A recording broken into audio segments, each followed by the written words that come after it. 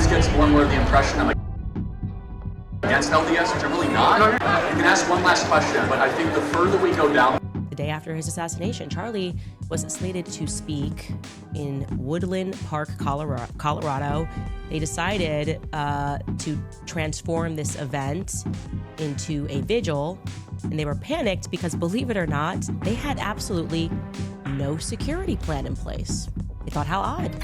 Shocking new footage just surfaced, revealing that Charlie Kirk's security team apparently had no clear plan for the next tour stop after September 10th, almost like they knew something major was coming. But that's not the only thing people are questioning. Viewers online are now analyzing footage of Charlie's head of security, Brian Harpo, after clips appeared to show him making odd movements just moments before the incident. Suddenly, that so-called microphone theory isn't sounding so wild anymore. There are also reports that Brian Harpo attended a private meeting on a military base in Arizona the day before everything happened. Yet Harpo doesn't have any known military background, which makes people wonder why was he there and what was being discussed behind those closed doors. Even if you put that aside, too many details remain unclear. As head of security on September 10th, why weren't the rooftops properly secured after all the threats that had already been reported? Charlie had even messaged several people the day before, saying he felt unsafe, and still this was the protection level he received? Questions keep piling up. And then there's the confusion about emergency response. Why wasn't he taken to the nearest trauma center right away? Why did Harpo reportedly claim drones weren't allowed on campus when there's proof Charlie was watching drone footage during his ride there? None of it lines up. The deeper people dig into this timeline, the more suspicious it all starts to look. This is a serious red flag. Candace Owens just revealed on her show that someone leaked something deeply concerning to her, claims that Charlie Kirk's security team, led by Brian Harpo, never even created a formal security plan for the September 11th event at Tar Bible College. Even worse, they apparently didn't communicate anything to local officials or the team about it. That event was supposed to be the very next stop on the tour right after UVU. Yet somehow there were zero preparations in place. How does that even happen? How does a high-profile national tour move from one major stop to another without a single documented security plan? That alone should make everyone pause and question what's really going on here. But first, who exactly is Brian Harpo? Strangely, not much is publicly known. And so we started our first, before that one, the 24th of the month prior.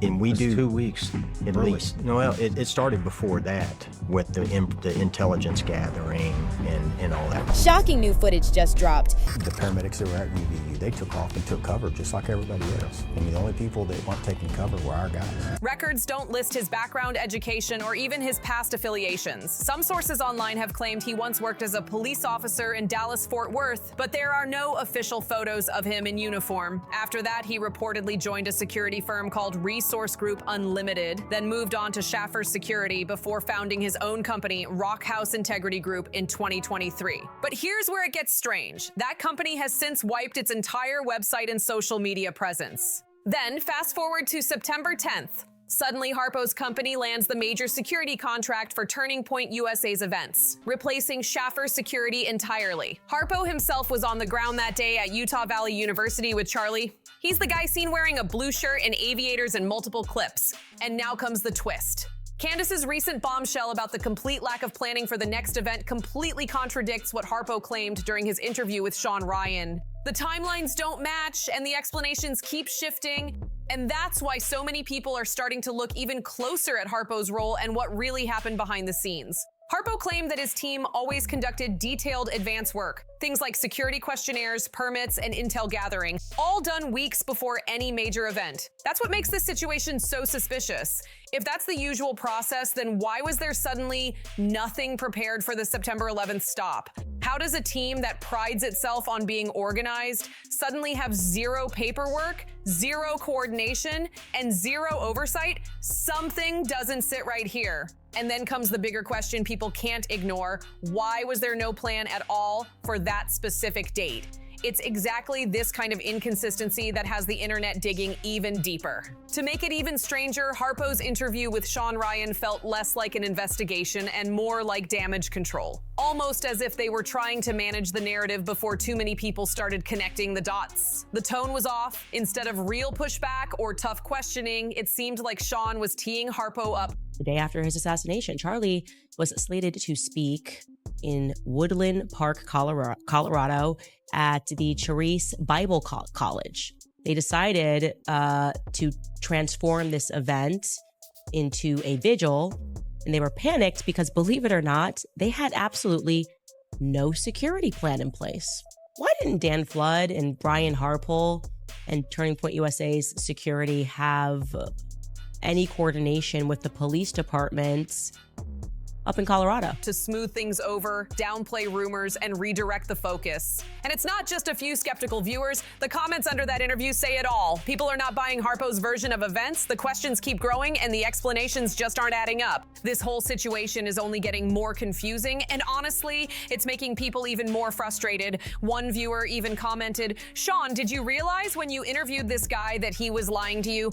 Or only after?" The comment section was filled with reactions like that, with many calling out Brian Harpo for how he handled the rooftop situation at Utah Valley University. According to Harpo, UVU police were the ones who dropped the ball when it came to securing the rooftops around the Sorensen Student Center, the exact area where Charlie was speaking on September 10th. Harpo claimed he warned UVU Police Chief Jeff Long ahead of time that students could easily access elevated walkways and rooftops overlooking the event. He even said he texted Long asking for officers to patrol the area or at least allow one of his own security members to monitor from above. Allegedly, Long responded with, "I got you covered." Harpo said he took that as confirmation the rooftops would be secured, but here's the issue. By his own admission, there were no UVU officers posted up there that day, and his own team wasn't allowed access either. So now Harpo is shifting blame onto the university police, even though protecting the main client should have been his team's responsibility first and foremost. Then comes the drone contradiction, and that's where things completely fall apart. Harpo insisted drones weren't permitted at the event, yet Turning Point USA representatives said something totally different. In fact, TPUSA's Frank Turk claimed that Charlie was watching live drone footage while on his way to UVU that morning. So which version is true?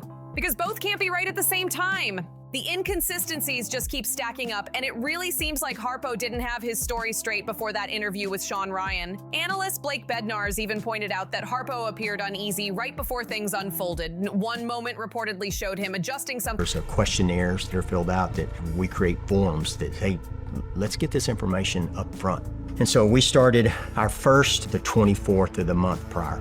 And so, and that was with the hard conversations, meetings. You started that on the 24th? It started before that with the intelligence gathering and all that. Thing under his shirt and another item in his pocket. The whole scene looked off, and the questions surrounding his actions that day are only growing louder. The deeper this story goes, the more tangled it gets. Because now the focus has shifted to what was happening after the chaos at UVU, and the details coming out are absolutely wild. When the event ended in panic and confusion, Brian Harpo and his team were supposed to immediately coordinate the evacuation route, get Charlie to medical care, and communicate with law enforcement. But witnesses say that didn't happen at all.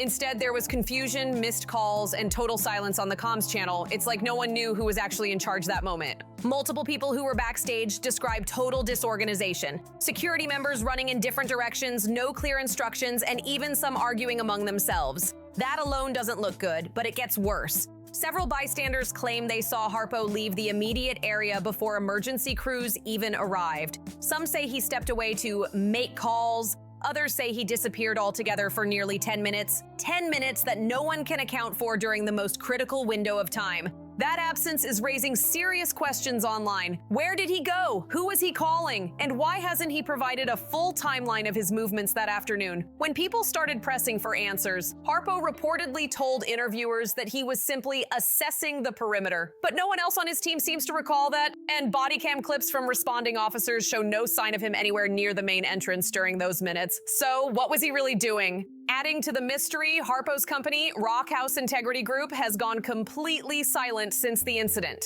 Their website vanished overnight, their social media pages were wiped, and the corporate contact info was scrubbed. No official statements, no press releases, nothing. For a company that had just landed one of the biggest contracts in its short existence, that's not just strange, it's alarming. Normally, a firm in that position would issue a professional statement, offer condolences, or clarify procedures. Instead, radio silence. Meanwhile, the people who worked under Harpo are also being looked at. Any of your guys have any ties to any foreign intelligence agencies, more specifically Mossad? No, and I've seen that and heard that. I'm a firm Christian. I ask our guys, are you believers? We have no ties to Israel or Mossad.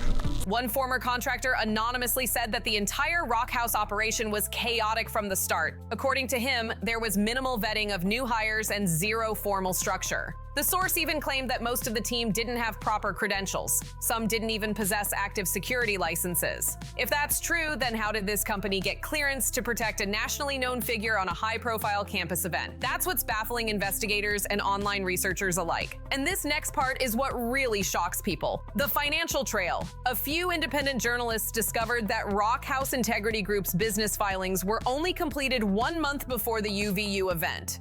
The timing looks almost too convenient. It's as if the company sprang up just in time to take over the security contract, replacing the more established firm, Schaffer Security, which had previously handled similar gigs without major issues. There are even whispers that certain signatures on those filings don't match Harpo's past records, leading some to wonder if someone else was quietly backing him financially or strategically. The strangest twist? Harpo's background doesn't connect to any major federal or military certifications, yet he somehow gained quick access to high-level venues and events through Turning Point's network. That kind of access isn't easy to get overnight. It usually takes years of vetting, clearances, and institutional relationships. So how did he bypass all that? Either someone very high up vouched for him, or there was an internal fast track that skipped normal procedures. Neither explanation sits well with people who've worked in private security. Let's not forget about the conflicting accounts that came out afterward. UVU officials released a statement saying they had provided full support and cooperation with event security, but noted that final security decisions rested with the client's contracted firm. That was their polite way of saying, this wasn't on us. Harpo, on the other hand, continues to insist that university police restricted his team and refused access to key areas, but those claims don't hold up. Multiple students posted footage online showing private security already positioned near the stage. The Monday before the event, we were still working through the arrival. And so we have concerns with rooftops. And so we have some correspondence with the chief of the school on that day, on Monday before Charlie was killed. You want access to the roof. And came back and said, I was told students have access above us. If this is true, it would be nice to either have it controlled access or allow one of my guys to be there as well, if possible. He comes back and his last correspondence was, I got you covered. What else am I to do? Meaning Harpo's team did have access to the site hours before things unfolded. So either he's exaggerating or he's trying to redirect blame away from himself. And the contradictions don't stop there. During a podcast appearance weeks later, Harpo tried to present himself as a victim of online smear campaigns, saying people were twisting facts and spreading rumors. But when asked basic logistical questions, like who approved his security plan or what risk assessments were done, he dodged nearly every one of them. The host even paused and said, that doesn't sound like standard protocol. And that's when Harpo got defensive, insisting everything was done by the book. Yet no one has seen that so-called book. No official paperwork, no chain of command, no time-stamped reports. Then out of nowhere, a former TPUSA staffer dropped another bombshell. They said Harpo wasn't even the organization's first choice for the job. Schaffer Security was originally supposed to cover the entire fall tour, but was suddenly replaced after a private recommendation. No explanation, no contract records made public. That change happened fast and inconveniently just days before the UVU appearance. Now people are wondering who made that call and why was it done in secret.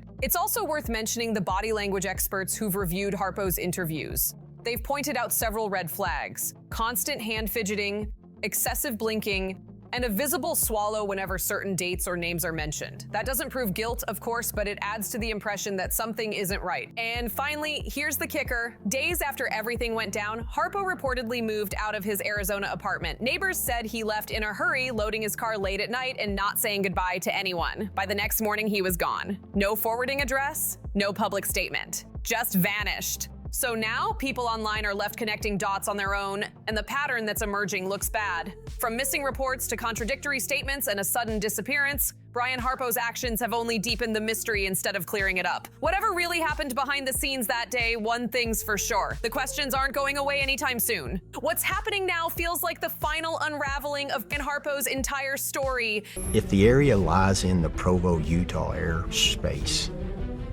I can't fly it. That's a 107B. We can't break the rules. Right? And then you had secondary restrictions, probably due to heavy foot traffic for the school, but I can't go in and break the rules. There's laws for a reason. Well, that's interesting because TPUSA's Frank Turek claimed that every new clip, every new document that surfaces seems to expose another inconsistency, and the internet is dissecting every frame. The silence from his company and the lack of transparency from Turning Point's team have only fueled suspicion. Instead of calming the situation, it's making everything look even more suspicious. In the weeks following September 10th, a few journalists and independent analysts started comparing timelines from Harpo's statements, campus security logs, and social media footage posted by attendees. That's when people realized the timestamps don't line up at all. Harpo said his team arrived at UVU by 7:30 a.m. to do a walkthrough, but a photo posted by a student shows the security van pulling into the lot closer to 9:10. That's nearly a 2-hour gap unaccounted for. Where was his team before that? And why does Harpo keep insisting everything was on schedule when the visual proof says otherwise? Then came the audio recordings, clips from campus event staff walkie-talkies that leaked online. In one snippet, you can hear a male voice that sounds like Harpo saying, "Hold positions, don't engage," even as crowd noise grows louder in the background. What exactly were they waiting for? That's what everyone's asking.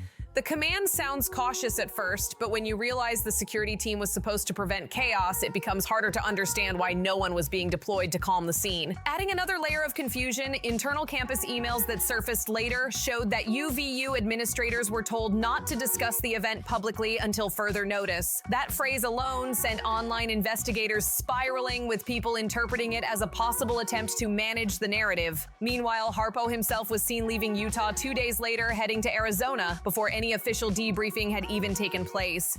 That's not standard procedure. Usually the head of security is required to stay for a full post-event review with law enforcement. Harpo skipped that entirely. Then there's the financial element. When people started checking business filings and vendor payments, another odd thing came up. Anyway, on our way in, we had drone footage of the crowd building. Charlie had it on his phone. I said, "Charlie, I don't like this place. There are too many buildings." So Brian very discreetly goes into his pocket and he is going to twist something, whatever that is in there, to dial down all of the craziness that's going on with the audio. Rock House Integrity Group received 2 separate payments on the same date, each from different Turning Point affiliates. That's not illegal by itself, but both payments were labeled as emergency coverage fees, even though Harpo's team was already contracted. So why was there a need for duplicate emergency fees? Some observers believe those might have been retroactive adjustments, basically covering last-minute costs that weren't approved through normal procedures. That kind of accounting usually sets off red flags inside donor-funded organizations, especially when no receipts or reports follow. Meanwhile, in the middle of all this, Harpo appeared in a private group chat that later leaked. In one message, he allegedly wrote, "Everyone's looking for someone to blame. I'm not going to be that guy." That comment rubbed people the wrong way. It sounded defensive, especially coming from the man responsible for overall protection at one of the year's most high-profile events. A few members in that same group, reportedly other security contractors, responded by saying things like, "We told you UVU wasn't ready, and this was sloppy." That conversation spread like wildfire once screenshots hit Reddit, and suddenly everyone had a theory about what Harpo was hiding. And as more context poured in, people started focusing on his body language in the days immediately following the incident. When a reporter tried to approach him outside an Arizona cafe a week later, he brushed her off and said, "I can't talk about that," then quickly got into his car. The clip went viral. Viewers pointed out how nervous he looked, glancing over his shoulder multiple times before driving off. Even small details, like how he parked far from the entrance and wore the same blue aviators he had on during the UVU event, became symbolic online, almost like an unspoken clue that he didn't want to be recognized. And then, out of nowhere, came the whistleblower. A former Rock House employee came forward claiming Harpo had personally told staff not to submit written reports after the UVU event. "We don't want paper trails," he allegedly said. That's a stunning claim if true, because in the world of private security, documentation is everything. It protects the team legally and shows accountability. Without those records, there's no proof of who was assigned where, who was in communication with who, or what exact decisions were made in those crucial moments. That missing paper trail became one of the biggest points of tension in online discussions. People began piecing together what might have been on those reports, movement logs, radio call records, and chain of command approvals. And every time Harpo was asked about it, his answers became more vague. In one podcast interview, he even laughed nervously and said, "Those reports are in review." But review by who? There's no mention of an external investigation, and Turning Point itself has never confirmed any internal audit. Meanwhile, security professionals from other firms have started weighing in publicly. One retired agent with 25 years of experience said bluntly, "This was textbook negligence." He added that if rooftops were unguarded, if evacuation routes weren't clearly designated, and if drones were not coordinated with law enforcement, then the entire operation was compromised before the event even began. That assessment, shared widely across social platforms, reignited the debate all over again. And it's not just internet chatter anymore. Now former staffers and even a few event volunteers are stepping forward. One of them told a podcast that Harpo looked distracted the whole morning of September 10th, constantly checking his phone and walking off to make private calls. Another said he overheard Harpo muttering, "They told me this would be smooth," which sounded like he was reassuring himself more than anyone else. Those small details have turned into massive talking points because they paint a picture of someone who might have been overwhelmed, unprepared, or worse, aware of something others weren't. By late October, Harpo had all but disappeared from the public eye. His LinkedIn vanished, his company email started bouncing, and calls went unanswered. Even his business address turned out to be a rented mailbox at a UPS store in Scottsdale. The disappearance only intensified speculation. People began wondering if he was laying low or if someone told him to back off publicly. Either way, his silence feels deliberate, and every day it drags on, the story grows louder. Today, what was once just a security question has turned into a full-blown mystery. You have a head of security with no traceable credentials, a company that appeared and disappeared within months, inconsistent statements from multiple sides, and missing documentation that should have been mandatory. And yet, no one's taking real accountability. It's left the public with only one conclusion. Something about that day doesn't add up. Whether it's incompetence, poor communication, or something deeper, the truth is still buried under layers of half answers and missing files. And until those pieces surface, Brian Harpo's name will remain at the center of one of the most confusing and suspicious stories people have seen in a long time. You can clearly see him fiddling with something in his pocket, twisting or adjusting it multiple times. And right after that, the entire audio system starts glitching. Then, just moments later, he adjusts it again, almost like he's testing or controlling whatever it is. It's impossible not to wonder.